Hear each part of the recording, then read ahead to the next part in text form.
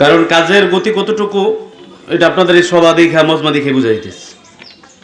খাক্কান্দা union ইসলামী আন্দোলন লোক কে কয়জন মাত্র? কথা বলেন না কেন? আরো নাই? জোরে বলেন আছে না নাই? তাহলে এই কয়জন লোক কেন এখানে? আজকে আমরা শুধু মুখে বলতেছি, মুখে পড়ে হলে চলবে না, কাজ দেখাইতে হবে।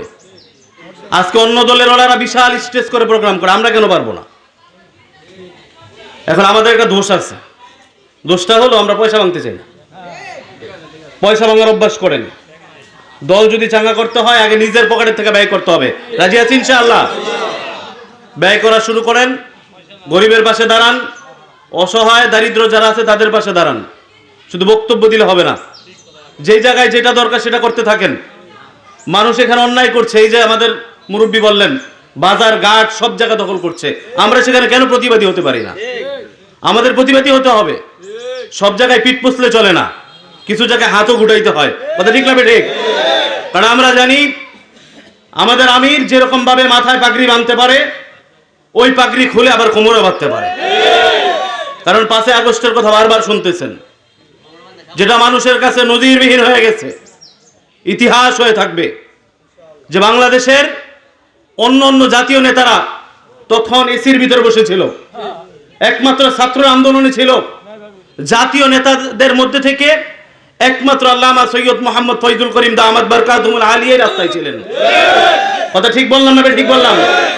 মানুষের জেনারেলদের কথা রেখে দেন, আমদের কথা রেখে দেন, আলেমদের মধ্যেই কয়জন আলেমকে পাইছেন তখন?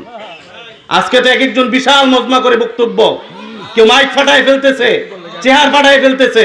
ওই দিন তো কেউ রাস্তায় ছিল না। আজকে আমি বলি বাংলাদেশের মানুষ বৈষম্যতা এখনো শেষ করতে পারেনি। বর্তমানে আমরা বৈষম্যের শিকার। আমি গতকালকে এক জায়গায় বলতেছিলাম, বাংলাদেশে একটা দলের মানুষ সবচেয়ে বেশি বৈষম্যের শিকার, সেটা হলো ইসলামী আন্দোলন বাংলাদেশ। আমরা যে সমস্ত আলেমরা ইসলামী আন্দোলন বাংলাদেশে নাম লেখাইছি, আমরা একটা বৈষম্যের শিকার। যারা ওই আন্দোলনে ছিল না, আজকে তারা বুক ফুলিয়ে কথা বলছে, তারা আমাদেরকে দেখলে বাঁকা চোখে থাকায়। তো সেই বৈষম্য আমাদের দূর করতে হবে। পারবো? পারবো। যদি সেটা করতে হয় তাহলে আমাদের কাজ দেখাইতে হবে। ইউনিয়ন ওয়ার্ড কাজ করতে হবে। রাজি আছেন ইনশাআল্লাহ? রাজি আছেন ইনশাআল্লাহ?